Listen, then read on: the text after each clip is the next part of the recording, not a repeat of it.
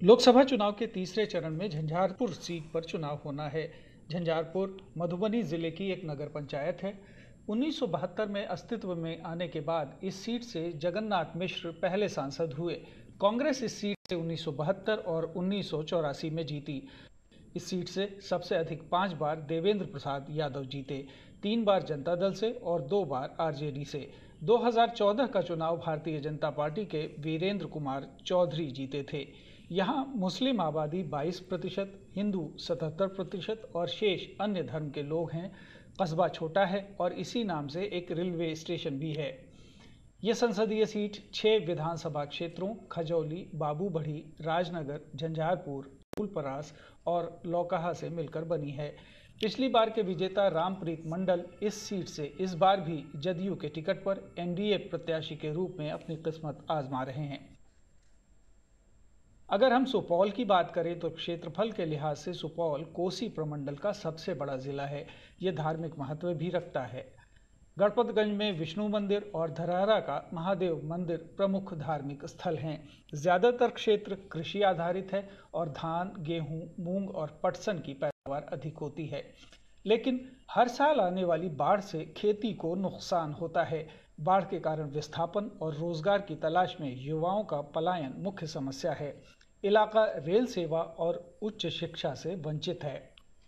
सुपौल में भी राज्य के अन्य हिस्सों की तरह ही चुनाव जातिगत समीकरणों पर लड़ा जाता रहा है। नए सीमांकन के बाद 2008 में अस्तित्व में आई इस सीट पर 2009 में विश्व मोहन कुमार जदयू से जीते, जिन्होंने रंजीत रंजन को 1,66,075 मतों से हराया। तब जेडीयू एनडीए का हिस्सा थी। 2014 का चुनाव कांग्रेस की रंजीत रंजन जीतने में सफल रही थी। उन्होंने जदयू के दिलेश्वर कमैत को 23,500 से कम अंतर पर हराया था।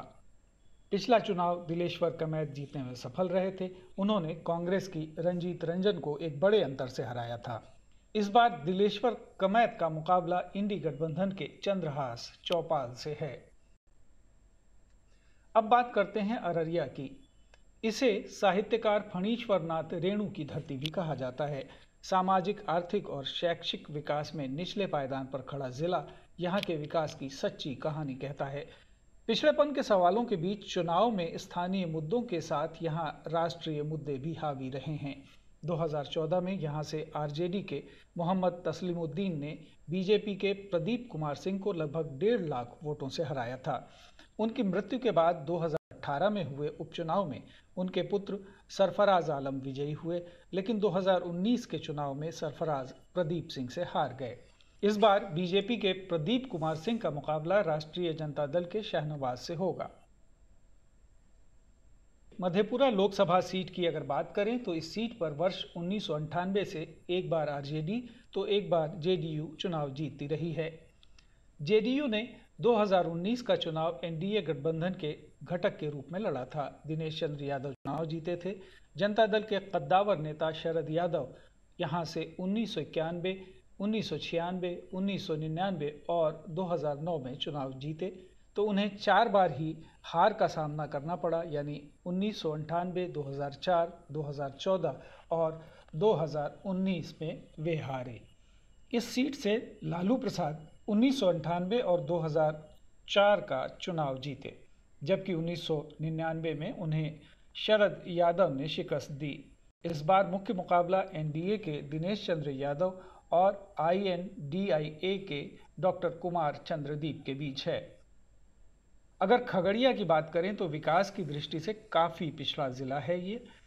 केंद्र की एनडीए सरकार ने इसे आकांक्षी जिले की श्रेणी में रखा है। पिछले 3 चुनावों से लगातार एनडीए गठबंधन यहां जीतता रहा है।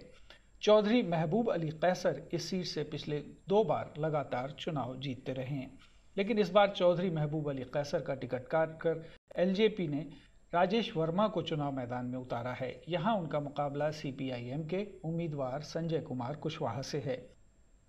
इस चरण में सभी सीटें एनडीए के पास थीं। इस बार परिणाम क्या रहता है ये तो 4 जून को ही पता चलेगा। ब्यूरो रिपोर्ट, दूरदर्शन समाचार, पटना।